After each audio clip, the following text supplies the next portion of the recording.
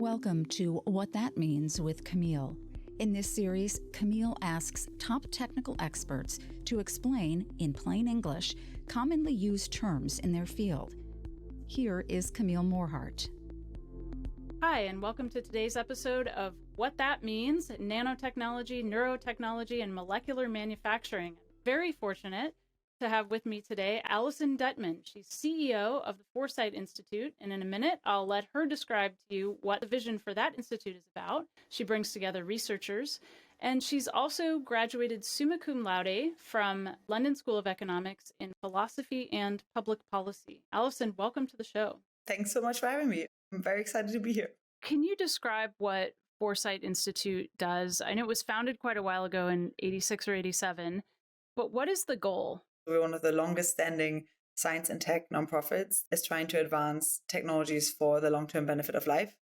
And so we were founded on a long-term vision of molecular nanotechnology, but from the very early ages, it always had kind of a cacophony of other technologies in the mix, including AI, implications for longevity in biotech, brain-computer interfaces, and in general neurotechnology. It has vast implications for space technologies if we would ever actually get to advanced molecular nanotechnology and so forth. And so because it had this focus on a variety of different technologies over the years, we've taken the molecular nanotechnology angle, then also spun out individual projects that focus on the other technologies as well. And the way that we usually support projects in that space is through a series of virtual seminars in each of these categories, and then a series of in-person workshops where we bring top people in the field together to work on the long-term goals of these technologies for better futures that they usually don't have another venue to collaborate on, because that's not really what normal institutions are set out to do very much. And then we also have prizes and fellowships in these categories. I think we're trying to provide this kind of like extra space where people can collaborate on these more long-term visions of technologies and how they can actually help humanity flourish. Benefit of life or long-term goals or helping humanity flourish, they sound really good. But I do want to ask, what do you mean by that, since you're CEO of an organization that's looking to help guide technology, impactful technology in a positive way? What is positive for you? What is beneficial for you? That is a very big question. I've studied philosophy before, and I can safely say that within thousands of years of philosophy, people have not figured out what the good is, or at least they have not agreed on what that is. And so what we are trying to hold space for is technology development that leads to worlds that can be assessed as better by many individuals. And so we're not trying to drive down really one narrative, but we're really trying to kind of like give space where lots of different positive futures can thrive. And so where really individuals have this ability to achieve the greatest possible lives for themselves. And that also includes planetary health and well-being, because without that, we don't really have a space to be in. And so without wanting to narrow it down to one, let's say, ethical framework that we follow, we're just trying to get to futures through technologies that can be regarded as better by a variety of different entities. Maybe not only humans in the future. Right? We may have to kind of like expand our moral horizon a little bit. Really quickly, what is a conscious creature? What would you define as making it conscious? We all, even as a layperson, have an understanding of what, at least for us, it means to be conscious. And I think it's pretty precious. Preserving this very pedestrian notion of consciousness is, I think, something that is inspiring enough. Whether or not we can figure out all the scientific details behind it, I think we get to experience it, or at least we think we do. That's my best bet. So let's dive in just a little bit to some of the technology that your organization focuses on. Let's start with molecular manufacturing and nanotechnology, which are a little bit interchangeable. Maybe you can just tell us what they mean, what those terms mean, and then we can have a conversation about them. People have been arguing and debating the correct use of the term nanotechnology, because I think nanotechnology, as it is with other terms, for example, as AI, the moment that they start pulling interest into the field, many other things get rebranded as that technology as well along the way. And that's also what we've seen a little bit along the path, molecular nanotechnology. But maybe the best way to describe it is just like, imagine perhaps like for a second that it was really truly possible to build things from scratch. So that rather than kind of like taking a default resource like stone or wood and then cutting it into shape and thereby wasting much of the material in the process, imagine if you could actually build from the bottom up by assembling precisely only the types of materials necessary to build the object of desire. The question is, if resources, costs, or externalities weren't an issue, what could you build? Richard Feynman gave the speech in 1959, I think at Caltech, where he basically said, the principles of physics, as far as I can see, do not speak against the possibility of maneuvering things atom by atom. So really building with atomic precision from the bottom up. The core vision of molecular nanotechnology is really doing atomically precise manufacturing. So what kinds of things would be built? Do they span biological and non-biological? And then how do they get built? What builds them at that level?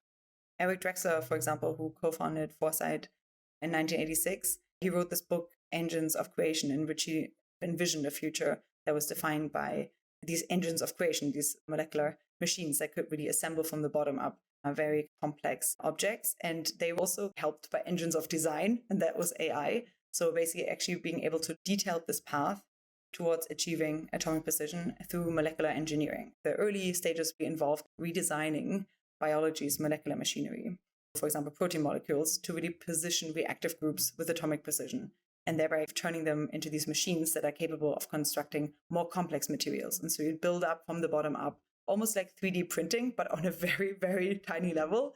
And for that very long term, you could really build a variety of different either structures or eventually even other factories that could produce new factories. I think the promise there is almost unbound to really reach this really abundant future. For example, if you just imagine devices and materials that could be designed, for example, really improve lighting efficiency, promote local power generation if you have it, and could really help us meet the energy demands that we have as a planet, which are a major big deal for the long-term future, and very sustainably. We could have, for example, new water purification methods with these very, very precise materials, and could really alleviate much of the water scarcity that we have today. We could also, for example, go into the medical domain and develop new methods, new diagnostics, new personalized medicine, and new personalized therapy tools that could combat diseases, fight aging. I'm sure that some people have heard of the kind of term nanobot, of very tiny robot that could clean up the inside of your bodies and remove the things that aren't working very well and repair the bits that need repairing. And so you have a lot of individual different promising focus areas in there if you kind of go all the way sci-fi. But I think even if we talk about space technologies, it's very difficult to make progress on long-term space development exploration. But with new types of materials that could be designed to be, for example, incredibly lightweight, you could also make progress on long-term space travel in a way that is currently really beyond our imagination. So you're envisioning something where, in conjunction with AI, for example, maybe it exists in an area where there's water scarcity, to use the example you provided, and it looks at the surrounding materials it has to work with, or the atoms that are near it, and it decides how it could then maybe construct something to create purification in that area, given the elements that are around it, versus it may create something else to purify water in a different location. If you could just create machinery that was able to clean up the mess that we made, any kind of molecular machinery should be able to also clean up the mess that other molecular machineries have made. If you just look at biodiversity and resource crisis that we have, all of this could really be helped a lot by just being able to produce better materials from the get-go that don't even cause that much of waste and externalities, but then also by cleaning up some of the mess that we, coming to the current level of civilization, have left behind. Yeah, and some of the medical advancements, just to define it in more detail, would be something like chromosome replacement therapy. I mean, you were alluding to maybe repairing certain organs, maybe if there's tissue damage, or removing certain toxins, but you could even, I think in the longevity space, aren't we looking at something like using proteins to recreate what the DNA blueprint is telling it to create, as opposed to the sort of damaged molecules that occur over time? We're actually doing replacement therapy at the chromosomal level to sort of keep our biological, naturally deteriorating bodies repaired and free of deterioration. One problem in longevity is that even if we make all the progress that we can make, and this field has accelerated drastically, it may still not be enough to get people currently alive over this threshold of LEV, which is longevity escape velocity. And cryonics is basically preserving your entire body or just your brain, with the hope that later on we will have the types of technologies that allow us to rethaw it. The biggest problem in cryonics is that currently most of the techniques that are being used to preserve human bodies they're incredibly toxic. And so even with vitrification methods that we currently have, we're still causing massive damage to most of the cellular structures that we have in the human body. And so molecular nanotechnology is usually very much almost a necessary condition if we want to make sure that we can A, preserve folks better, but then also B, be able to potentially go in there eventually later and repair some of the damage that current existing technologies are leaving. And so that is a very, very far out case. And there's some criticism, I guess, in the space, but help me understand this better, that AI in conjunction with nanotechnology or molecular manufacturing can then decide what to construct and autonomously go and construct it. And it can happen at such a small scale, obviously, that we may not know it's there as humans. You're referencing the Grey Goo scenario, I'm assuming. Is that correct? Yeah. Yeah. So it's basically that you'd have these self-replicating nanomachines that could self-replicate and kind of like could eat up all the resources that we have as a human civilization, including humans and including our biosphere. And it could happen so fast because they're self-replicating that we may not have time to intervene or even notice it before it's too late. A pretty out there worry based on misunderstanding of the types of molecular nanotechnology systems that are actually being promoted by the community. But instead, what most people in the field are arguing for, and what is in fact much more pragmatic, is these nanoscale factories, where we could really control the input and where we could exactly know what we want to manufacture. Those are much easier to build, arguably, than these like free-roaming, entirely autonomous bots. This kind of like worry of a Grey Goo has really been kind of resting on this misunderstanding of what the field of nanotechnology is trying to do. And there is even a case to be made that by the time that this field became very prevalent, it was potentially being used to redirect funding from the more ambitious goals of molecular nanotechnology to the more near-term stuff. Then obviously, like anything that sounds like a new threat is also incredibly exciting for the media. And so that definitely played a role, I think, as well. It's pretty unfortunate. We can't rule it out, but I don't see it like becoming a near-term concern anytime soon. Especially when it gets a name like Grey Goo. Yeah, of course. that definitely helps. So can we talk about neurotechnology a little bit? Sure. I think early on I would confuse the terms nanotechnology and neurotechnology. Yeah, well, again, it's a very, very broad field and spans all the way from neuroscience to specific devices that are currently being created. What we're focusing on, at least at Foresight, or the types of neurotechnology that we're interested in, is looking beyond what's currently available to the types of neurotechnology that could actually help us cure many of the diseases that we're really worried about, but then also allow us to expand our capabilities and potentially even have something like brain-computer interfaces that would allow us to like much better, I guess, interact with the real world that is already very computer mediated, but then also potentially eventually do things that are much more kind of like out there, such as like whole brain emulations, which obviously as a term that many people, if they do know it, probably they know it from sci-fi. So can you describe what whole brain emulation is? Whole brain emulation is basically a potential future state of a technology where you can really emulate an entire brain. In the wake of like concerns around these artificial intelligences that don't share our hardware, don't share our evolutionary environment in which they were able to gradually learn the values that we hold, it would be very difficult to align these AIs with human values. Because the idea is that if it was possible to emulate a human brain in a computer, and that is a very, very, very big goal, then at least we have some reason to believe that it's more easy to align those human brain emulations with our current human values than it would be for an entirely kind of like external AI. We would also have better ways to kind of like interface with AIs that we create and actually get smarter ourselves. Potentially we'd be able to kind of like run on the incredible speeds that many of the computing programs are currently running and so forth. So there has definitely been like a recent uptake in interest in the field. Nevertheless, I should also say that human brain emulations, I would say we won't get there anytime very soon. So I think without significant funding and significant interdisciplinary collaboration, it is still very much like a high-hanging fruit, let's say, within the neurotechnology space. But it would be running on circuits, not biological material. Is that correct? Well, so here you're getting into the kind of like long-term possibilities of having biological computing. There are a few companies and labs that are working on biological computing. Particle labs, for example, is an interesting one. One could imagine that potentially the hardware could even be biological in the future. So yeah, it's possible. We're talking about with things like Neuralink, right? Is another kind of common reference in neurotech space and looking at stimulating the brain, stimulating brain function. reading the brain and then allowing for communication externally that wasn't possible otherwise. What kinds of things are being looked at in this space? Caltech is working on one, and there's a few others as well.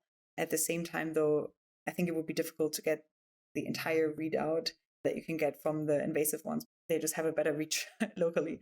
And so there are, I think, a few really interesting kind of projects currently out there. I'm assuming that in the future may even be like not necessarily a patchwork, but I'm just hoping that we can just develop also better technologies that can be more non-invasive while still being invasive. And I think that there is a lot of progress in this space, but I think we still need to work on durability. We need to work on reach, and we need to really work on readouts. I think it would be great if there was more collaboration between individual companies and what they can do currently in terms of readouts, and really like trying to have a bit more of an open access to pushing some of the progress along. So what about this concept of reading versus writing when you're talking about brain-computer interface? I want strawberry juice right now or something, right? As opposed to grape juice or whatever. And you're able to actually read that when a person can't speak or communicate any other way. That's sort of the inside out. You're trying to understand from the outside what's happening on the inside. What about the reverse of that? What about the outside in, where you're sort of implanting information or potentially implanting thoughts? It is written about. It's not like this so far out there concept right now. So help me understand, where are we with that and what kinds of things are we able to implant? A recent paper used generative AI models to recreate images from human brain activity that matched with what the human subjects were actually kind of like looking at in that scenario. There's like a really fantastic paper out there. It's rather terrifying if you look at the individual depictions. And then they were able to kind of like use generative AI to actually really give a pretty good understanding of what the person was actually looking at. And so it was this kind of reverse engineering. A fear for that, at least, is that this technology in the hands of the wrong people could really lead to like massive infringements on our privacy. Like I think the place where we really most have privacy in currently still is our mind. On the long run, people worry about something like mind crimes. And there's been some research at FHI that was looking at these digital minds and like the types of kind of crimes that you can intrude on minds if you actually had an ability to change thoughts, to change kind of like the environments in which they occur, and to really like kind of like, engineer experiences for people is, I think, pretty massive, because at the end, kind of like the mind is the filter through which we perceive everything else in the world. And if one tinkers with that filter, I think it's that is probably kind of like one of the worst crimes. We used to say data is the new oil, but at this point, we've got the data. We have a lot of data. And AI is working hard on the ability to be able to process that data and then generate predictions and insights from that data. One of the things we have a lot of data on is biological data that people, myself included, provide willingly for the benefit of a dashboard back to myself on how well I'm doing. And I know that there's data anonymization and other techniques to separate my personal identity from the biological data that I'm submitting. But a lot of that data ends up in the cloud. And there's really only, I can count on my two hands sort of the number of hyperscaler clouds that probably contain vast quantities of information on human biometric data. So I don't know that I have a great question to formulate. I'm just wondering what your thoughts are on that, when at the same time we're approaching things like molecular manufacturing and we're approaching things like neurotechnology. I think that part of the reason why Foresight has so many different focus areas, including biotechnology, molecular nanotechnology, decentralized computing, space, neurotech, is because we think that progress will occur at the intersection. And I think we see that a lot right now, at least in terms of potential, in this longevity space that you just mentioned. There has been an incredible progress recently in the field of decentralized privacy preserving machine learning. And there's wonderful work at OpenMind. And we had a fellow, Georges Cases, who was looking at privacy preserving machine learning for kind of like medical and health data. There is such a big opportunity for kind of like us to learn from the type of data that is the most sensitive to us. And there's usually financial data or healthcare data. But at the same time, it also has crazy privacy restrictions for good reasons, because it is extremely sensitive and could also expose our family if not dealt with correctly. But we do see in the computing realm now a lot of really wonderful tools, like these privacy preserving machine learning tools, that could really be used to leverage these kind of like data sinks. And so you could imagine, for example, like encrypting the data at the source and only kind of like letting metadata through that is still significant enough for specific machine learning algorithms to make sense of and to kind of give you back useful information. And so without you necessarily having to share that private data out, it is definitely people are making progress on this. It's still cost ineffective as compared to large normal algorithmic approaches. But the problem is that usually these more decentralized privacy preserving machine learning approaches don't really have a chance go against the existing big data trained AI models. But in a space like healthcare, where we literally cannot share our data, they have a comparative advantage because they're the only ones who can actually properly kind of like make use of this data. And so I think it's a really exciting space to be looking at. What about the problem where we have data from a vast swath of humanity on exactly how our biology functions that's now sitting in the hands of essentially the few, these sort of giant clouds that can actually hold the literal quantity, sheer quantity of data that exists on this front? So who has access to that data? Because I know you work on having the benefits not only rest in the hands of the few. So how do we tackle that kind of thing? Well, for many of the type of healthcare data, actually, we have pretty strict regulations on this. And that's also the kind of data that would be very useful for us to actually make progress on longevity, because many of the things that people currently are doing, if we were able to kind of like cross-compare across what different people are already doing, really make big progress. So like, I think that, yes, in general, we have lots of our data in the cloud, but in specific healthcare kind of like fields that are like really sensitive, we don't. But what about like Fitbit and watch data and, Garmin, Apple, all that stuff? I mean, that's all going to a cloud. We can talk about kind of the risks associated with that. But I think if we want to talk about new types of opportunities that could be unlocked, if we actually were able to share relatively sensitive data, or like not share it, but actually have it homomorphically encrypted, user-friendship privacy, federated learning, all of these approaches that are currently being explored, I think we could be doing much more than we currently do with our data. We are already arguably sharing way too much. And I think if we made progress by funding a few of these more privacy-preserving solutions, because they're not far out from being actually applicable, then I think we could really take everything home again. And we wouldn't really have a need anymore to share everything to the cloud. Cryptography, unfortunately, is still a really underfunded field.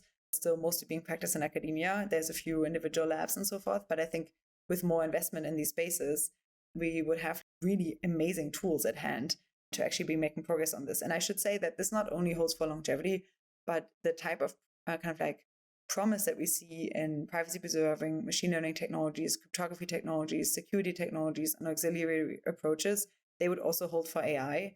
If we're worried about centralized AIs becoming too powerful by having access to this big data, then I think we should be focusing much more on these decentralizing solutions that come out of the security and cryptography space, because they have an ability to allow us to make sense of the data and allow individual and like organizations to collaborate and actually reap the benefits of the data without actually sharing it around. And so we could perhaps compensate a bit for the normally centralizing dynamics that exist in AI.